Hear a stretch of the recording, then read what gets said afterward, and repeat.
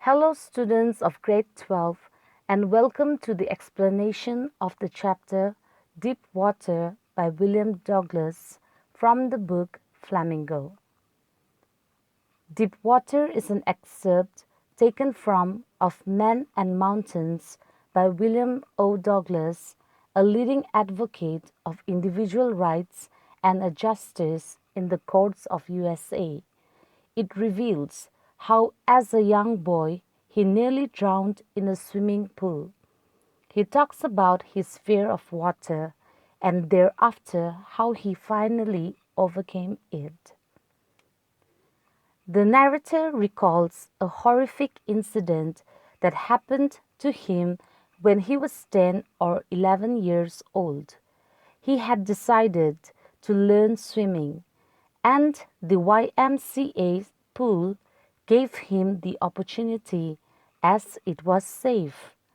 It was only 2 or 3 feet deep at the shallow end, and while it was 9 feet deep at the other end, the drop was gradual. In comparison, the Yakima River was treacherous. The narrator's mother continually warned him against it. She kept reminding him about the details of each drowning incident in the river. The narrator developed an aversion to water at the age of 3 or 4 when his father took him to the beach in California. While surfing, the waves knocked him down and swept over him. He was buried in water and was breathless. He was terrorized by the strong force of the waves, but his father had only laughed. The introduction to the pool revived the narrator's unpleasant memories and stirred his childhood fears. Still, he tried to learn swimming by imitating the other boys. He was just beginning to feel at ease in the water when a mishap occurred. He went to the pool one day and found that no one else was there. He was timid about going in alone, so he sat on the side of the pool to wait for others. Just then a big bully came. He was quite muscular. He picked up Douglas and threw him into the deep end of the pool. Douglas landed in a sitting position, swallowed water, and went at once to the bottom. The narrator was frightened, but not frightened out of his mind. He made a plan to save himself.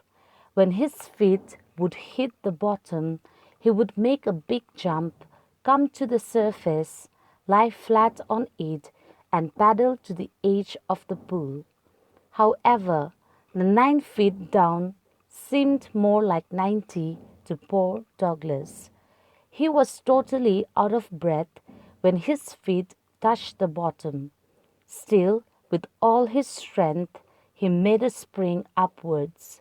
He came up slower than he had thought. He opened his eyes and saw nothing but water. He started to panic.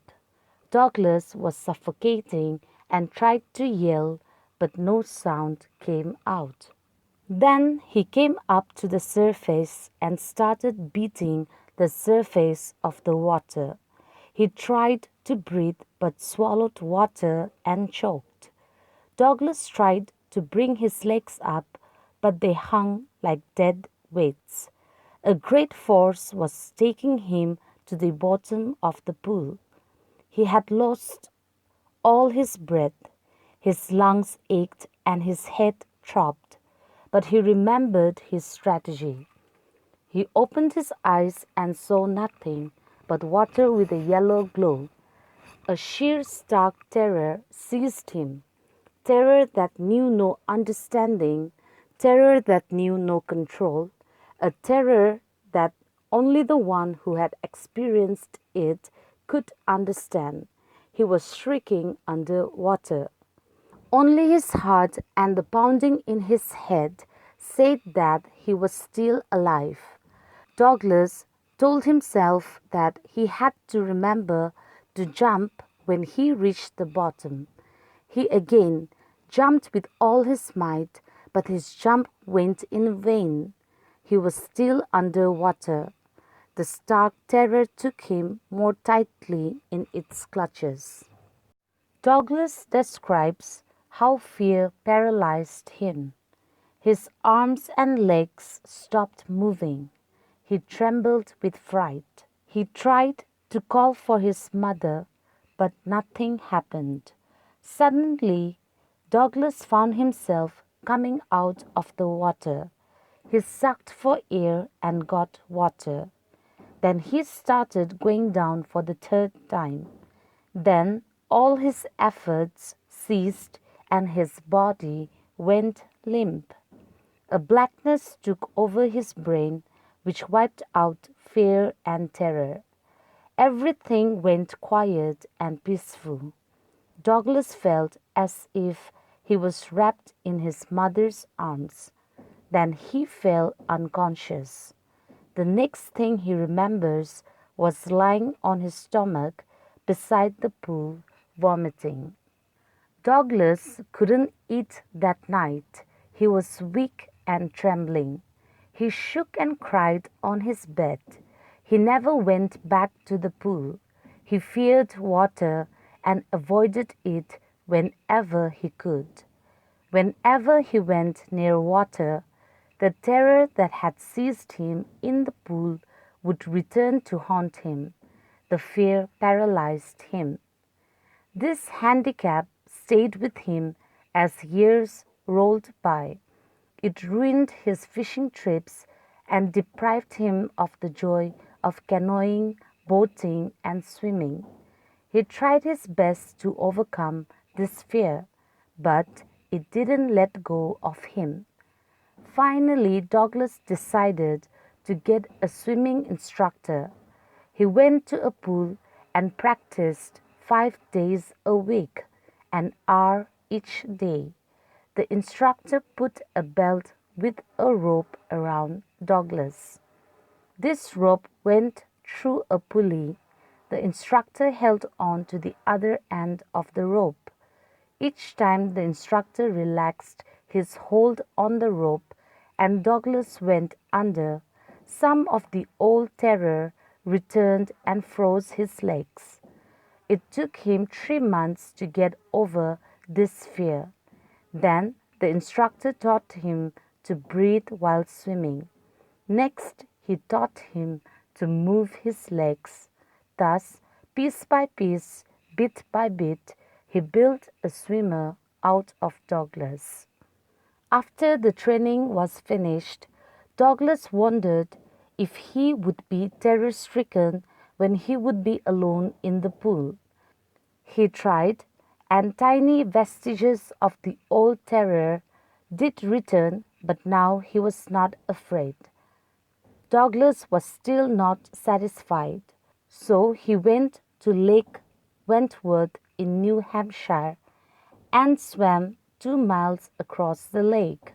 When Douglas was in the middle of the lake, he put his face under and saw nothing but bottomless water. The old sensation came back to haunt him, but this time Douglas was strong. He swam on, yet he had some residual doubts. At the first opportunity, he went to the warm lake. He swam to the other shore and back. He was thrilled with joy as he had conquered his fear of water. The experience had a deep meaning for him. He explains that death was peaceful, but it was the fear of death that crippled a person. Here he quotes President Roosevelt saying, "All we have to fear is fear itself." Because he had experienced death and the terror that it could produce, his will to live somehow grew in intensity. That is the end of the explanation of the chapter Deep Water. Thank you. Stay home, stay safe, stay happy.